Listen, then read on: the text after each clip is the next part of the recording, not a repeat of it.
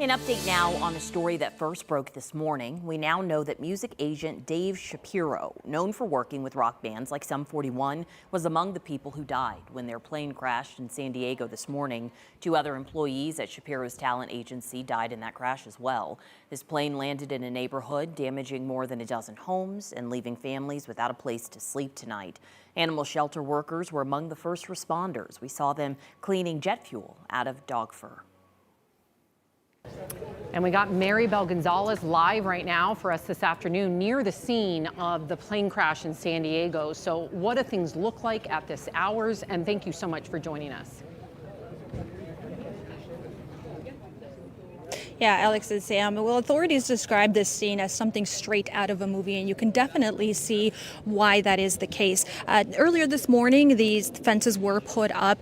This gave us a view into the debris left behind on the street. Several vehicles completely incinerated. The home behind us, too, also struck by the plane. But, you know, we're just now learning that that craft hit a power line 2 miles from the Montgomery Gibbs airport, with some of the debris still scattered under that power line.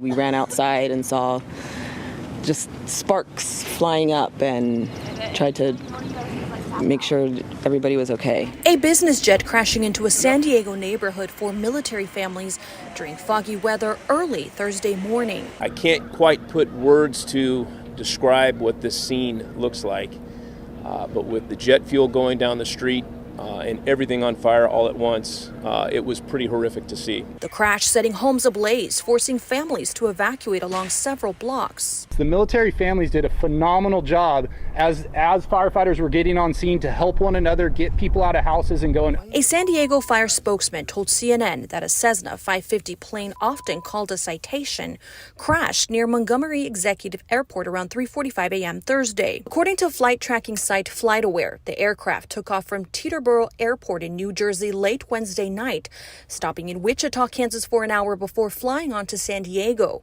Weather data reveals visibility was down to a half-mile with low cloud ceilings, but there was no sign of any problem and no emergency was declared before the jet crashed.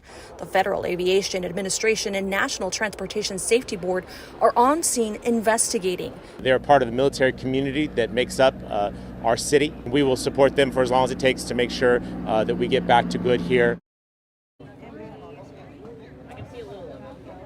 Now, we are learning, as you mentioned, the identity of at least one of those passengers on board who was killed during this crash. The NTSB, though, when asked about this, would not confirm the identities of any of those fatalities. They said at least 2 people were killed, several others injured. None of those fatalities, however, is anybody that was here on the ground at the time of the crash. Now, these military families who live in these affected areas are evacuated at the moment. It's still unclear when they will be able to return home. That smell of the jet fuel still very pungent in the air, and the debris is still very much scattered throughout the neighborhoods. Maribel, so many homes have been damaged. Any idea of how long the cleanup will take? We don't know yet. The NTSB spokesperson did say that they will be on site all day today and tonight and through the day tomorrow collecting evidence. Again, it's still unclear when that debris will be removed, but we are seeing a lot of agents from different federal agencies on the ground now trying to sift through that debris and investigate exactly what happened here this morning. And Maribel, I can only imagine, given that this is a neighborhood and how many different military families live near and there, have you seen a lot of outreach from community members coming out to support?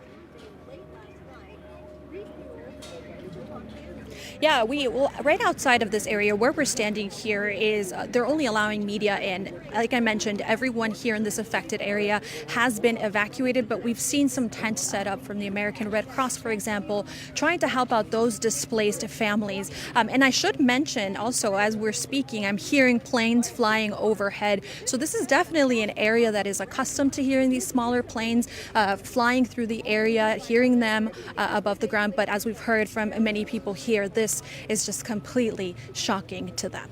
Yeah, certainly thinking about those families in San Diego tonight. Maribel Gonzalez, thank you.